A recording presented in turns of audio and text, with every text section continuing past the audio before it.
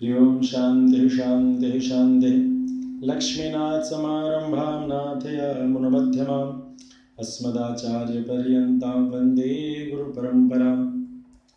यो नित्यमच्युतपदाम्बुजयुग्मरुक्मा व्यामोहतस्तदितराणि तृणाय मेने अस्मद्गुरोर्भगवतोऽस्य देहिकसिन्धो रामानुजस्य चरणौ शरणं प्रपद्ये।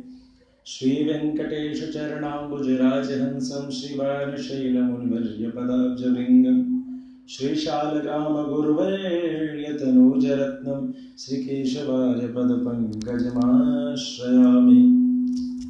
श्रीमते रम्यजामात्र्यमनिन्द्राय महात्मने श्रीरङ्गवासिने भूया नित्यर्षे नित्यमङ्गलं मङ्गलं यति राजाय श्रीभाष्यामृतदायिने सौलभ्य परिपूर्णाय महापूर्णाय मङ्गलम्।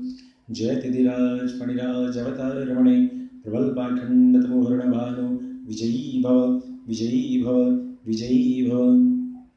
आप सभी को गुरु पूर्णिमा के शुभ अवसर पर मेरा शुभाशीर्वाद। सभी को जय श्रीमन्नारायण, सबके लिए मंगलाशासन। आज ये गुरु पूर्णिमा का अवसर वह अवसर है जिस पर पथ प्रदर्शक रामानुज स्वामी जी भगवान के ऊपर विशेष चर्चा करने की अत्यंत आवश्यकता है। जहाँ इस वसुंधरा पर वर्तमान समय में मोक्ष की प्राप्ति के लिए नाना प्रकार के उपदेशों की बाढ़ सी लगी पड़ी है, वहाँ यह आवश्यक हो जाता है चिंतन करने के लिए, विचार करने के लिए कि किन्हें हम सद्गुरु माने और किन के उपदेशों पर वास्तविक में हमें चलना चाहिए। भगवान श्री कृष्ण ने अपने श्रीमद् भगवत गीता के अंतर्गत अर्जुन को उपदेश करते हुए कहा है, तस्मात् शास्त्रम प्रमाणन्ते कार्य अकार्यो व्यवस्थितो। हे अर्जुन, शास्त्र को प्रमाण लेकर के ही क्या किया जाना चाहिए और क्या किया नहीं जाना चाहिए, इसकी व्यवस्था करनी चाहिए, इसका चिंतन करना चाहिए। अतः उपदेशक वही है, गुरु वही है जो वेदों को, शास्त्रों को, तदनुसार सिद्धांतों को लक्ष्य में रखकर, आधार में रखकर, साथ में अपने अनुभवों के आधार पर अपने जीवों को उपदेश देता हुआ उन सभी को भगवत चरणारविंद की ओर अग्रसर करे, ताकि वह भगवान के परम धाम, परम सुख की प्राप्ति कर सके। वर्तमान समय में सभी ऐसे कहते हुए दिखाई पड़ते हैं, लेकिन गंभीरता से विचारने पर उनकी बातों में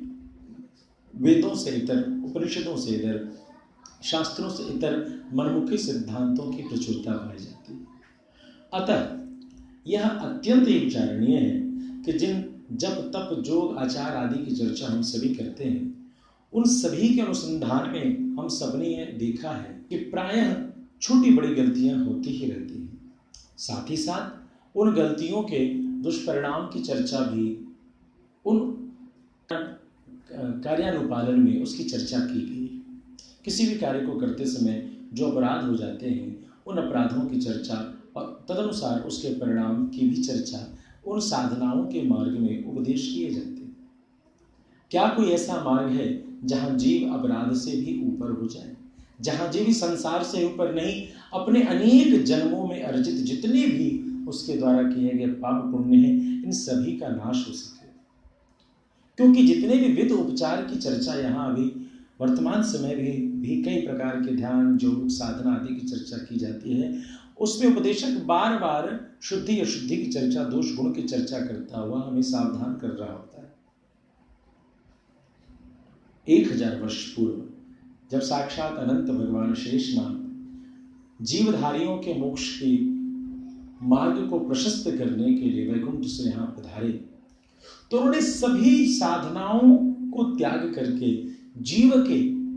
लिए शरणागति के सिद्धांत की चर्चा की कि जीव शरणागत हो जाए, भगवान के श्री चरणारविंदों में जीव प्रपन्न हो जाए। प्रपन्नता की प्राप्ति करते ही जीव इस संसार से ही मुक्त नहीं होता, जीव अपने समस्त कृत्यों से मुक्त होकर के परमात्मा के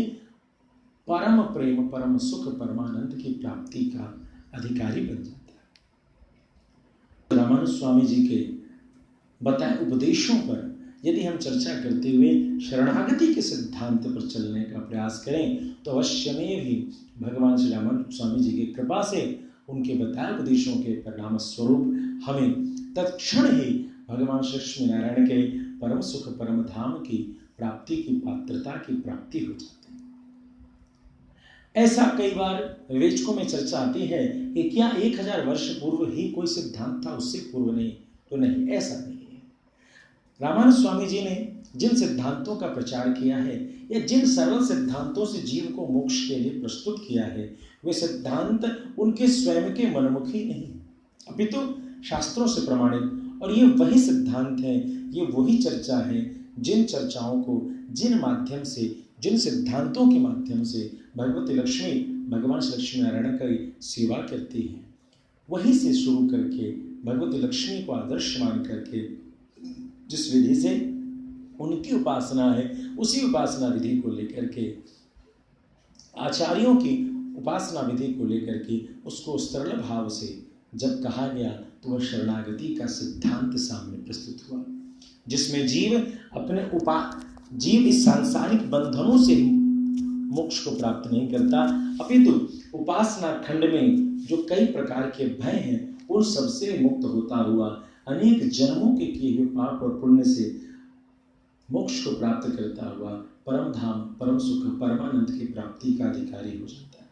अतः इस गौर पूर्णिमा के अवसर पर मैं आप सभी का स्वागत, जो भी मुझसे जुड़े हुए हैं, मैं आप सभी से कहना चाहूंगा, अध्यात्म के मार्ग में, धर्म के मार्ग में आप जिस किसी भी अवस्था में सभी संशयों